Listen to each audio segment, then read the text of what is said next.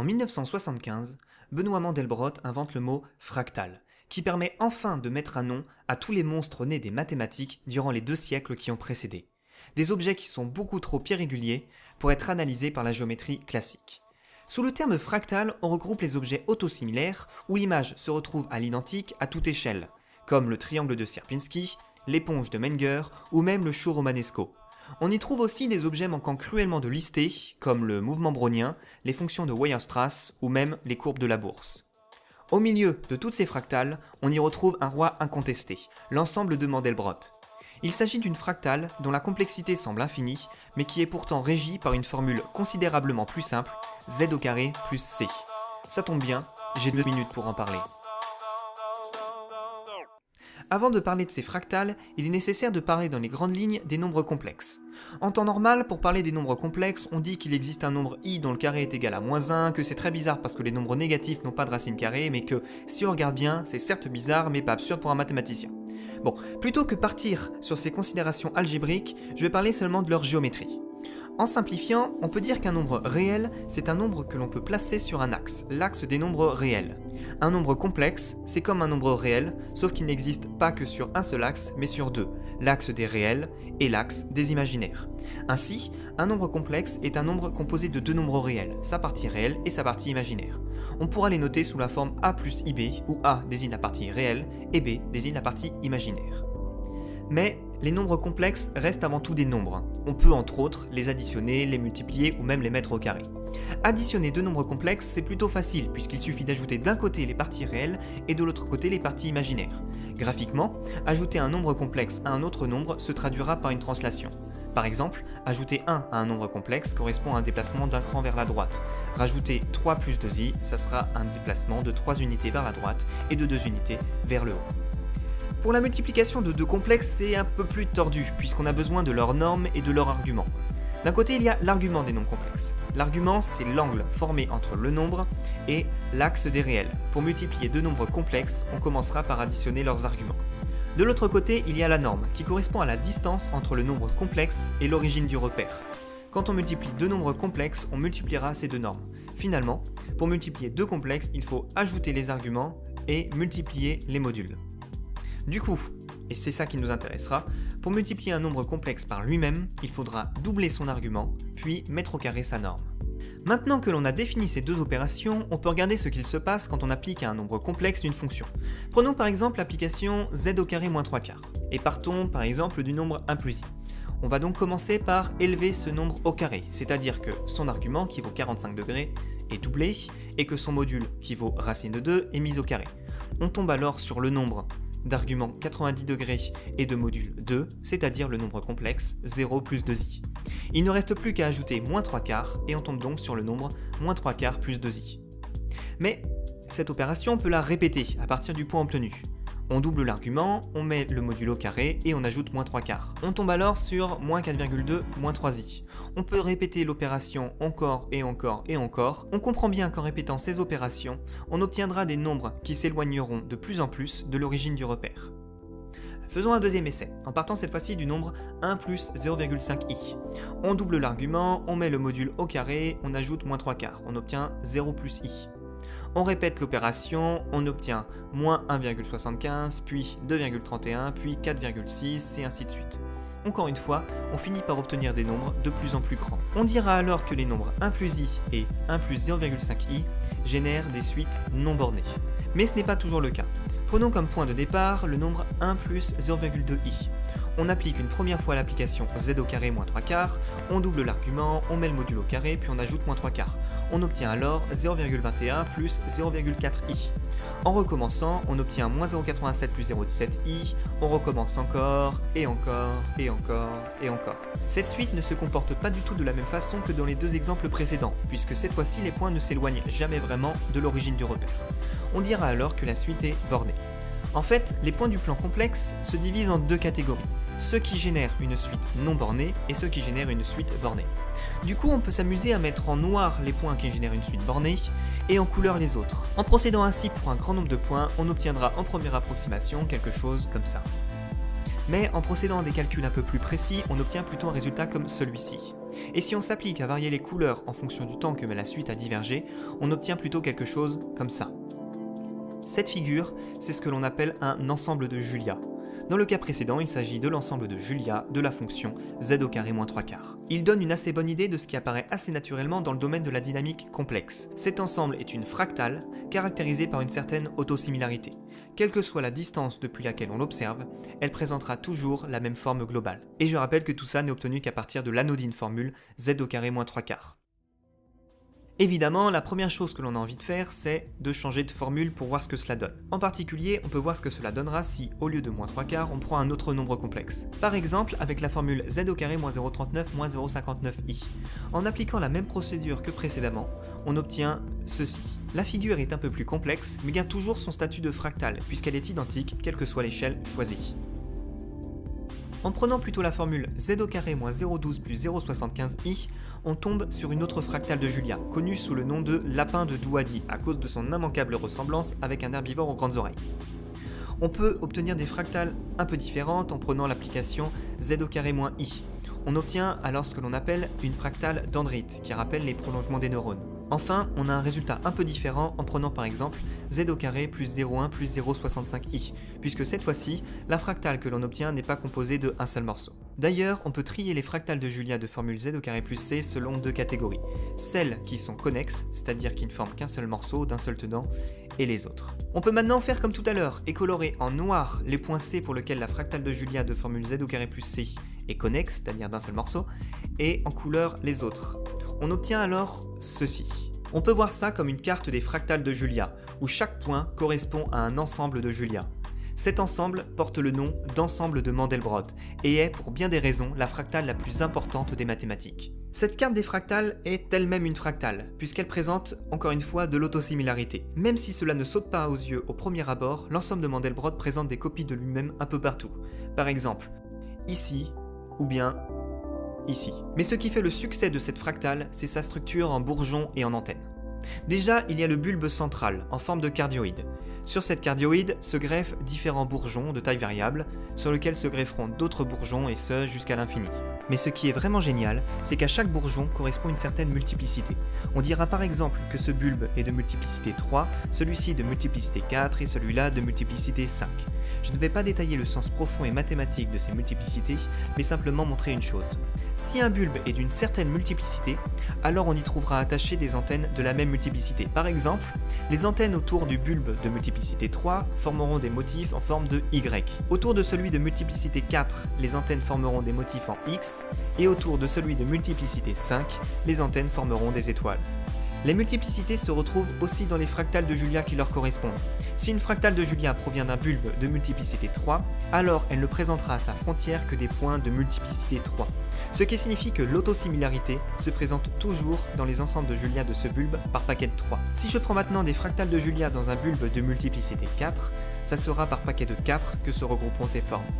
Et puisqu'il existe des bulbes pour n'importe quelle multiplicité, on peut facilement retrouver des bouquets de Julia de multiplicité 5, 6, 7 ou bien pire. En fait, on peut définir plus simplement l'ensemble de Mandelbrot, sans faire appel aux ensembles de Julia. L'ensemble de Mandelbrot, c'est en fait l'ensemble des points complexes C, tels que l'itération de la fonction z au carré plus c ne diverge pas lorsque l'on part de 0. Autrement dit, l'ensemble de Mandelbrot n'est construit qu'à partir de la simple formule z au carré plus c. Et c'est cette formule qui, à elle seule, produit un objet d'une complexité extraordinaire dont les mathématiciens n'ont pas encore percé tous les secrets. On peut retrouver sur internet des logiciels permettant d'explorer l'ensemble de Mandelbrot. Par exemple, le logiciel Xaos que j'ai utilisé pour faire cette vidéo permet d'explorer très simplement les ensembles de Mandelbrot et les ensembles de Julia. Qui sait ce que vous y trouverez.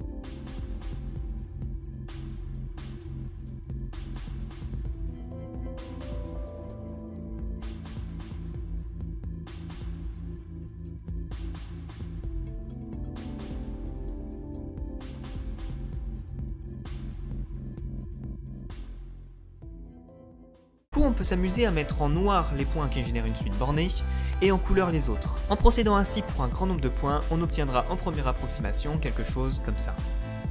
Mais en procédant à des calculs un peu plus précis, on obtient plutôt un résultat comme celui-ci. Et si on s'applique à varier les couleurs en fonction du temps que met la suite à diverger, on obtient plutôt quelque chose comme ça. Cette figure, c'est ce que l'on appelle un ensemble de Julia. Dans le cas précédent, il s'agit de l'ensemble de Julia de la fonction z au carré moins 3/4. Il donne une assez bonne idée de ce qui apparaît assez naturellement dans le domaine de la dynamique complexe. Cet ensemble est une fractale caractérisée par une certaine autosimilarité. Quelle que soit la distance depuis laquelle on l'observe, elle présentera toujours la même forme globale. Et je rappelle que tout ça n'est obtenu qu'à partir de l'anodine formule z au carré moins 3/4. Évidemment, la première chose que l'on a envie de faire, c'est de changer de formule pour voir ce que cela donne. En particulier, on peut voir ce que cela donnera si, au lieu de moins 3/4, on prend un autre nombre complexe. Par exemple, avec la formule z au carré moins 0,39 moins 0,59i. En appliquant la même procédure que précédemment, on obtient ceci. La figure est un peu plus complexe, mais garde toujours son statut de fractale, puisqu'elle est identique, quelle que soit l'échelle choisie. En prenant plutôt la formule z au carré moins 0,12 plus 0,75i, on tombe sur une autre fractale de Julia, connue sous le nom de lapin de Douadi, à cause de son immanquable ressemblance avec un herbivore aux grandes oreilles. On peut obtenir des fractales un peu différentes en prenant l'application z au carré moins i. On obtient alors ce que l'on appelle une fractale dendrite, qui rappelle les prolongements des neurones. Enfin, on a un résultat un peu différent, c'est-à-dire le nombre complexe 0 plus 2i. Il ne reste plus qu'à ajouter moins 3/4 et on tombe donc sur le nombre moins 3/4 plus 2i. Mais cette opération, on peut la répéter à partir du point obtenu. On double l'argument, on met le modulo carré et on ajoute moins 3/4. On tombe alors sur moins 4,2 moins 3i. On peut répéter l'opération encore et encore et encore. On comprend bien qu'en répétant ces opérations, on obtiendra des nombres qui s'éloigneront de plus en plus de l'origine du repère. Faisons un deuxième essai, en partant cette fois-ci du nombre 1 plus 0,5i. On double l'argument, on met le module au carré, on ajoute moins 3/4, on obtient 0 plus i. On répète l'opération, on obtient moins 1,75, puis 2,31, puis 4,6 et ainsi de suite.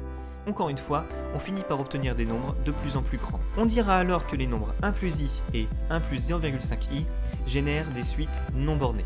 Mais ce n'est pas toujours le cas. Prenons comme point de départ le nombre 1 plus 0,2i.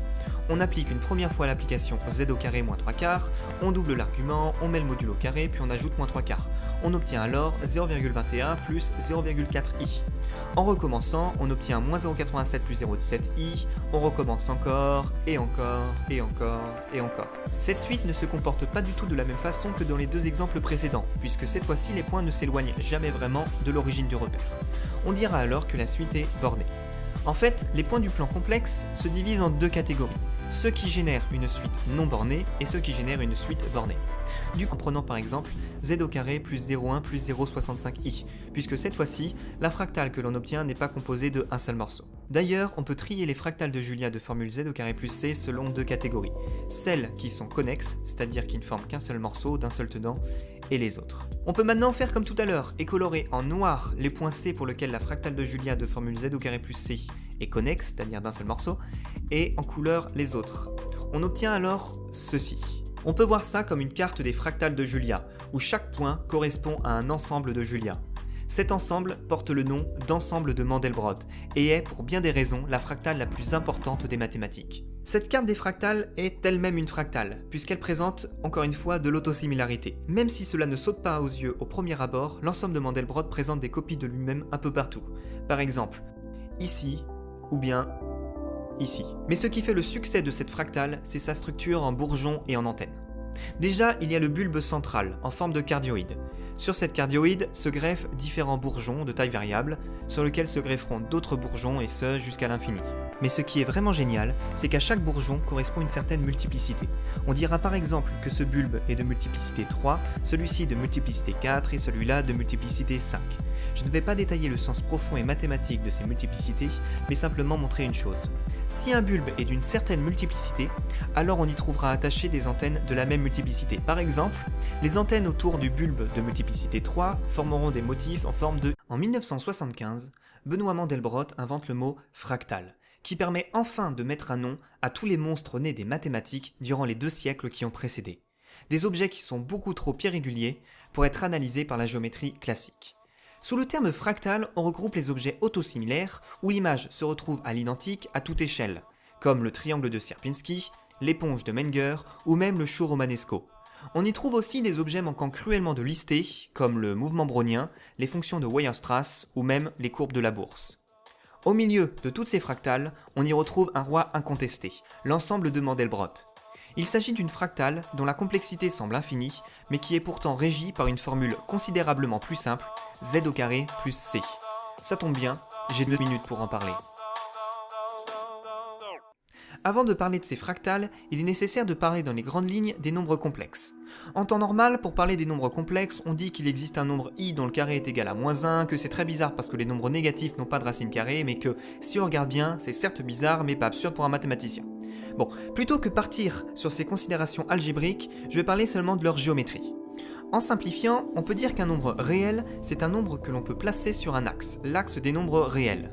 Un nombre complexe, c'est comme un nombre réel, sauf qu'il n'existe pas que sur un seul axe, mais sur deux, l'axe des réels et l'axe des imaginaires. Ainsi, un nombre complexe est un nombre composé de deux nombres réels, sa partie réelle et sa partie imaginaire. On pourra les noter sous la forme a plus ib, où a désigne la partie réelle et b désigne la partie imaginaire. Mais les nombres complexes restent avant tout des nombres. On peut entre autres les additionner, les multiplier ou même les mettre au carré. Additionner deux nombres complexes, c'est plutôt facile puisqu'il suffit d'ajouter d'un côté les parties réelles et de l'autre côté les parties imaginaires. Graphiquement, ajouter un nombre complexe à un autre nombre se traduira par une translation. Par exemple, ajouter 1 à un nombre complexe correspond à un déplacement d'un cran vers la droite.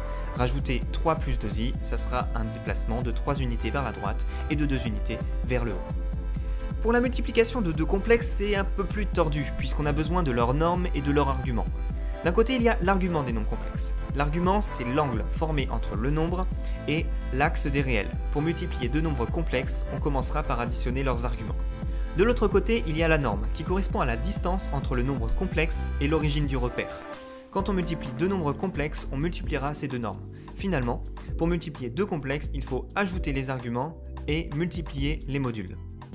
Du coup, et c'est ça qui nous intéressera, pour multiplier un nombre complexe par lui-même, il faudra doubler son argument, puis mettre au carré sa norme. Maintenant que l'on a défini ces deux opérations, on peut regarder ce qu'il se passe quand on applique à un nombre complexe d'une fonction. Prenons par exemple l'application z au carré moins 3 quarts, et partons par exemple du nombre 1 plus i. On va donc commencer par élever ce nombre au carré, c'est-à-dire que son argument, qui vaut 45 degrés, est doublé, et que son module, qui vaut racine de 2, est mis au carré. On tombe alors sur le nombre d'arguments 90 degrés et de module 2,